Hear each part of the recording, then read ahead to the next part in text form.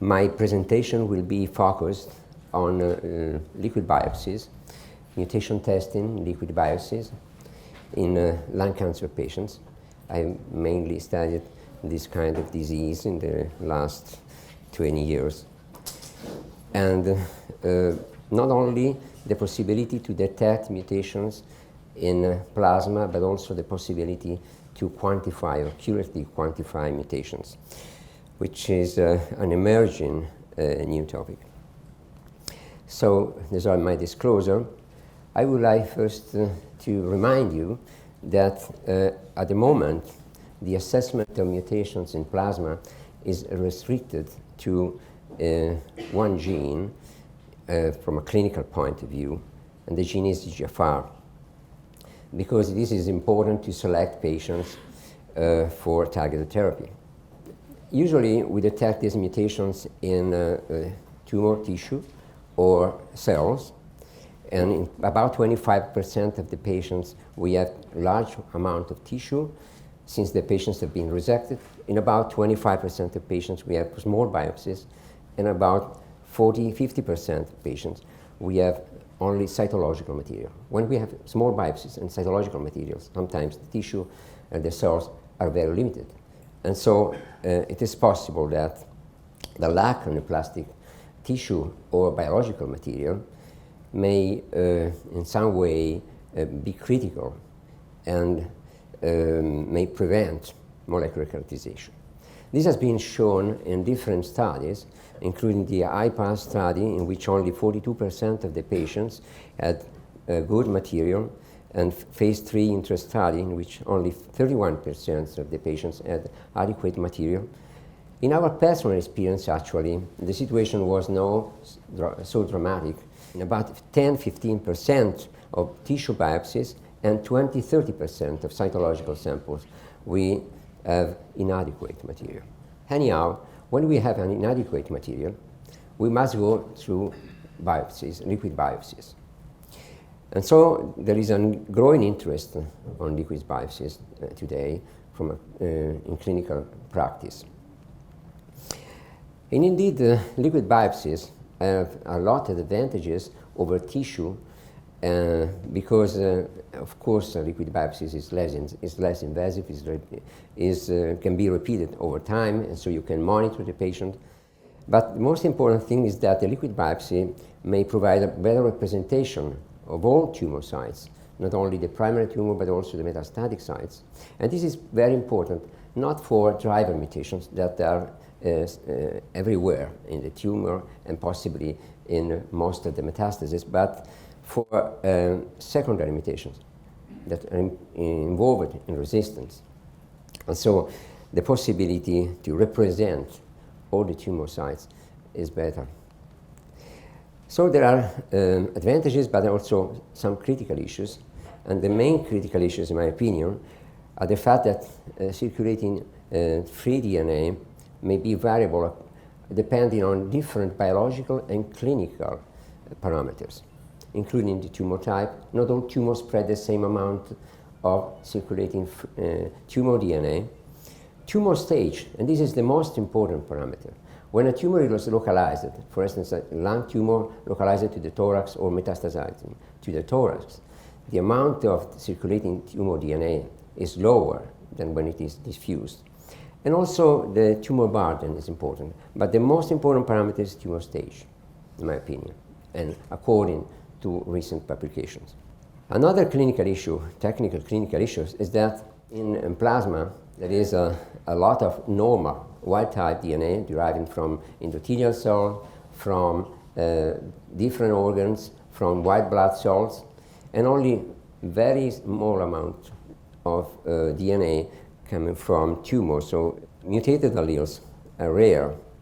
And so extremely sensitive techniques have should be used to detect these rare alleles. Starting from the first studies, the first seminal studies in 2008, 2009 for EGFR mutations in lung cancer, extremely sensitive methods have been used. PNNA clamp, mutant-enriched PCR, microfluidic digital PCR, and using these technologies, it has been possible to detect these mutations. And several other studies have been later published, And actually, these studies seems to be similar, but they are quite different in that, as you can see here, sometimes it has been used plasma, sometimes serum for several years. Then it has become clear that plasma is much better than serum, according to a number of different studies. You can see that the stage of the patient was different. Stage 1-4, stage 3-4, or late stages. The type of the tumors were different. Adenocarcinoma or squamous cell carcinoma, all kinds of histotypes. But most importantly, I think the fact that different technologies were used. I count more than 10 different technologies in these studies that have been reported in this meta-analysis. So according to these parameters, I thought that the results should have been discordant. And indeed, this is what happened. You see here that the sensitivity ranged from 17% to 100% in some studies. So very large differences in the sensitivity. And the mean sensitivity was 65%. And the specificity indeed was quite high in all these studies, 97% specificity. So this means that the matter is sensitivity, not specificity, at least in these studies. And so the authors of these meta-analysis conclude that more work is necessary to identify which method can raise the sensitivity of EGFR mutation detection. And similar conclusions were obtained in two large multi-center trials, the ASCES and IGNITE trials. The ASCES was an Europe and Japan trial in which 56 centers participated to the study, and the IGNITE an Asia-Pacific and Russia diagnostic study, 90 centers participated in this study. As you can see, the sensitivity was even lower in the mean sensitivity, 46%, but the sensitivity, whereas the specificity was 97%, so similar to what the specificity we obtained in the series of studies in the meta-analysis. And the plasma test sensitivity in the IGNITE trial was 50% in Asia Pacific and 30%, only 30% in Japan, indicating that different technologies in different labs, if you do not organize and standardize the technologies, give different results.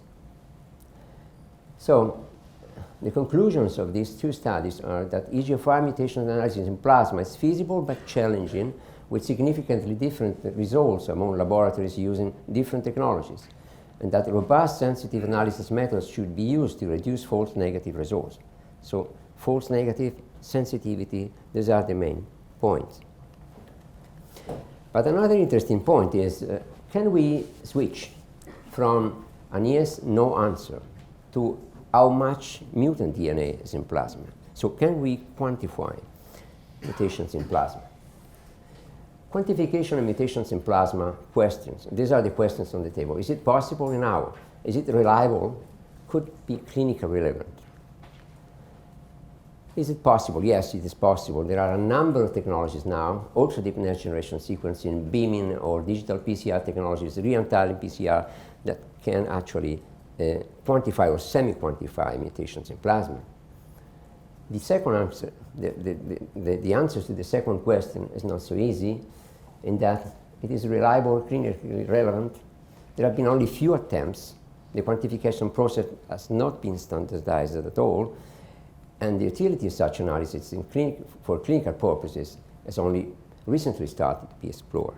So we decide to avoid this problem with two different technologies, completely different technologies, just to see if it was possible or not to quantify, to accurately quantify in plasma.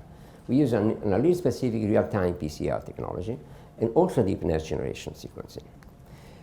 The plasma for these studies came from a trial, prospective, multi-center trial, the TRIGGER trial, a phase 2 open-label study of erlotinib on EGFR positive patients treated by erlotinib, And the main objectives were to evaluate the efficacy of borlotinib, of course, as a clinical objective. But for us, this is the most important objective, to evaluate the percentage of correlation between EGFR testing results obtained from basal tumor biopsies and plasma at baseline and progression. So 4 large laboratories in the northern and central part of Italy collected blood and prepared plasma, and then the plasma was sent to our central laboratory. And from a series of 43 patients carrying EGFR mutations in tumor tissue, blood samples for plasma preparation were collected before treatment with tyrosine kinase inhibitors and at progression. Then we use also a set of 21 negative controls. The methods, just few words. At baseline, we collect plasma from 43 patients, and at progression for 15 patients who progressed in 1 year. The plasma was prepared locally and then collectively shipped in the dry ice. Plasma was obtained by a commercial kit immediately after blood drawn, and the mutation test was performed in this way. Half of the volume was evaluated by real-time PCR, half of the volume by ultra-deep next-generation sequencing. We use a commercially available RT-PCR blood test.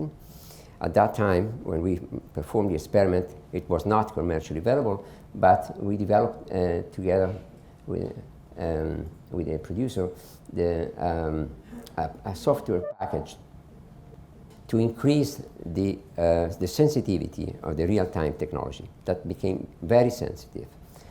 And then we used ultra-deep next-generation sequencing. What is ultra-deep next-generation sequencing? It's not a normal sequencing. It's that you have to perform many sequences for each sample. We use 50,000 reads per sample. You need to have a dedicated laboratory, and you need a particular expertise in managing PCR, particular type of PCR, in order to reduce the errors and increase the sensitivity of the method. We have used it in different studies in the past in order to detect mutations in rare mutations in bronchoalveolar lavage and pleural fluids, very poor samples with only few neoplastic cells, to detect particular mutations in EGFR, complex mutation, or to assess the presence of mutations in circulating tumor cells. And here are the results of the reverse transcription PCR technology. Of the 43 patients that were positive in tumor tissue, 70%, 30 patients were positive in plasma. And of the 15 patients at recurrence, 73% were positive in plasma. So similar percentages indicated that possibly the results were good. And all the samples were negative. All the negative controls were negative by reverse transcription PCR. So the sensitivity, the overall sensitivity was 71% and specificity 100%. By ultra-deep next-generation sequencing, the sensitivity was a little bit higher because we could get 2 mutations that were not seen by reverse transcription PCR, particular deletions that could not be seen by reverse transcription PCR. And the specificity was high. It was 100% in our series. But coming to what I think is the most innovative part of my presentation, quantification of EGFR mutations in plasma. You see here in this slide the comparison of the sensitivity of the results obtained by next-generation sequencing in this column and reverse transcription PCR in this column. We used 2 quantification index. Since next-generation sequencing is quantitative in nature, the quantification index was the percentage of DNA molecules carrying the mutation in the PCR amplified DNA samples. For RT-PCR, we use a semi-quantitative index, the percentage of mutant compared to wild-type molecules. A first observation is this one. In almost half of the samples, the mutant allele was present at a percentage lower than 1%. That means that an extremely sensitive technology should be used to detect this mutation. Otherwise, you lose most of the mutations present in plasma. Another observation is that there was a strong correlation between what we observed by next generation sequencing in terms of quantification and reverse transcription PCR. But the numbers, as you can see, are different in that these numbers from next generation sequencing are more spread and these are more complex. I will explain later because this happened. Anyhow, the relationship was very high, very strong, but it was not a linear correlation, but an exponential correlation. As we saw when we plotted the data on a logarithmic scale or non-exponential curves, you see an exponential curve, RT-PCR data and GS data. The correlation was extremely high, with an R square near to 1. The fact is that the correlation was exponential is that for next generation sequencing we use primers for intronic part of the gene, whereas by RT-PCR we use mutation-specific primers, and so we increased a lot. We enriched the number of mutants in the test. Anyhow, the correlation was extremely high. So we can think that it is possible to accurately quantify mutations in plasma. The next question is, what about the clinical applicability of this quantification? We start from the observation that when you use TKI, tyrosine kinase inhibitor, in a non-small cell lung cancer patient, you usually get a response, a strong response in few days. As you can see in this patient, in few days or a week or 2 weeks, you get a dramatic response, a huge shrink of the tumor. So we reasoned that even at the molecular level, the situation could be similar. And the amount of EGFR mutant molecule in the sample could decrease quite rapidly, but nobody knew how rapidly. Days, weeks, months. So we decided to perform another experiment on 27 previously untreated patients carrying EGFR mutations, taking the blood at baseline and then at short intervals at 4, 8, 13, 18, 25, 35, 60 days, and measure the amount of the mutation in plasma in order to accurately quantitate the amount of EGFR and making quantification curves. And what we observed is that in 70% of the patients, we observed a rapid decrease of the marker in plasma. In few days, 8, 13, 18 days, we reached the so-called EGFR clearing time. So the time at which we cannot see the mutation in plasma. And we call these patients rapid responders. That more than 50% reduction of EGFR levels at 14 days was observed in these patients. In other patients, slow responders, the situation was different because we observed a decrease of the marker, then a plateau, and then the EGFR clearing time was reached at between 35 and 60 days in these patients. And in 2 patients, it was not reached at all. Look at these 2 patients, these 2 curves. What happened in these 2 patients, that another mutation in red, the T790M mutation, early appeared and induced a resistance in the tumor. So the first mutation, the sensitizing mutations, stayed in plasma, was not clear. But the most interesting result is that rapid responders had a percent of tumor shrinkage very high. At 2 months, by CT scan, 59% of tumor shrinkage was observed in these patients. Instead, in slow responders, the tumor shrinkage was much lower, and this difference was significant. So the quantification of EGFR mutations in plasma could be used as an early predictor of clinical response to tyrosine kinase inhibitors. Very recently, another group, Dr. Goldman at the University of California, showed something similar in that the EGFR response in plasma was different in patients with progressive, with partial response, stable disease, and progressive disease. So something similar to what we observed, just detecting the mutations and quantifying the mutation the first days of treatment. They used different days, but the situation was similar.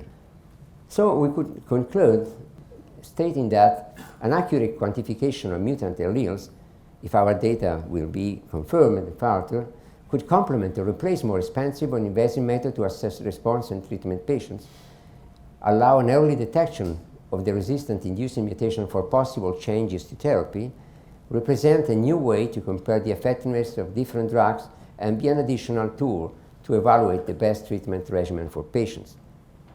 Now, we follow these patients later, and you can see what happened in the future of these patients. This is just an example. This is a rapid responder.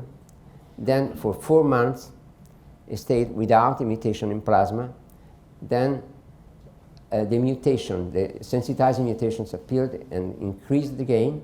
Then the resistant mutation, T700A mutation, appeared at 6 months.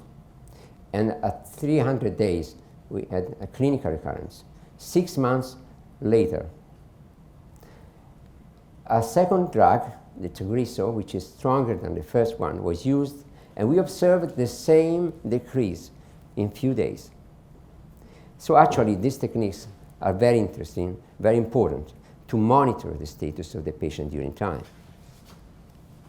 Now, the future clinical application of NGS in plasma testing need to switch from one marker or few markers to multiple markers. But this makes problems because we need a very sensitive technologies. And when we test a sample for many markers, you need to increase the sensitivity, avoiding the errors produced by next-generation sequencing. And there are now a number of possible approaches, including the CAP-seq, duplex sequencing, molecular inversion probes, single molecule sequencing, different approaches that could help us in overcome these problems. CAP sequencing, just few words about these technologies. CAP sequencing is an hybrid capture technology based on the use of biotinylated probes, biotinylated oligonucleotides for cancer-specific alteration, just short probes with specific for mutations, and using them on optimized libraries, and then capturing the hybrids and then sequence them. It is possible to get good results. As shown in this paper, it is possible to follow the status of different types of mutations, compare them with the therapy, and these authors conclude that it was possible to get an early assessment of response to radiological approaches, similar to what we have seen on one specific marker. And another approach is the duplex sequencing. In this case, the approach greatly reduced the errors based on the use of barcodes into DNA libraries in order to distinguish the two strands. And if you use particular barcodes, you put the barcode within universal hairpin structures, you can avoid other problems, and the sensitivity can be extremely high, below 0.1%. This is another approach, the CyberSec approach. I don't go into details, but actually it can even further increase the sensitivity of the technology.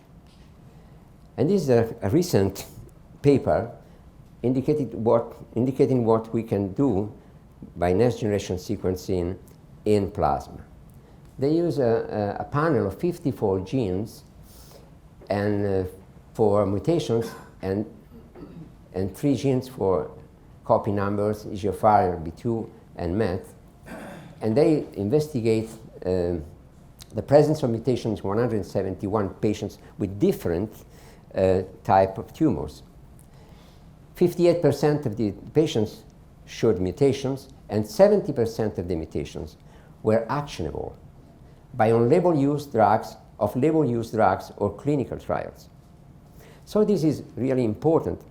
Using a simple NGS test on plasma, it is possible to detect actionable mutations. You see that the mutation, the mutation spectrum was different in lung cancer and breast cancer, indicating that the test gave real results. The mutation per patient was different. Most of the patients showed one mutation or two mutations, but there were also patients with many mutations, and the number of mutations was dependent on the tumor type, being the lung and gastrointestinal tumors, the tumors with the highest number of mutations. But the most important thing is that most of these mutations were actionable. Only the mutations in red here were not actionable. And even here, the lung cancer, gastrointestinal cancer show the highest number of actionable mutations.